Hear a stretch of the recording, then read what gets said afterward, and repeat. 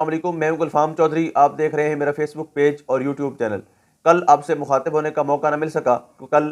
عمران ریاض خان صاحب کی عدالتی کارروائیوں کے حوالے سے ہم وہاں پر مصروف تھے،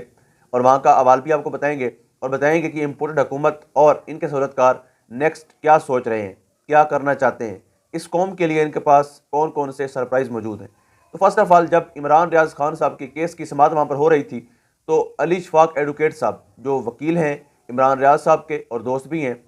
انہوں نے جس طرح خوبصورت انداز میں ایف آئی اے، جس طرح یہ ہمارا سپریم ادارہ ایک کٹ پتلی بن کر ان کے ہاتھوں استعمال ہو رہا ہے جو پولیٹیشین کو استعمال کرتے آئے ہیں، ان کے ہاتھوں استعمال ہو رہا ہے جنہوں نے پورے پاکستان کے سارے اداروں کو یرغمال بنایا ہوا ہے، جو 70 سال سے اپنی بادشاہت کو اس طرح سے قائم رکھے ہوئے ہیں کہ وہ یس کہتے ہیں تو تمام تر اداروں میں یس کی آواز آتی ہے، وہ نو کہتے ہیں تو تمام تر ادارے سرنڈر کرتے ہیں اور ان کی حکم بجا آوری کرتے ہیں۔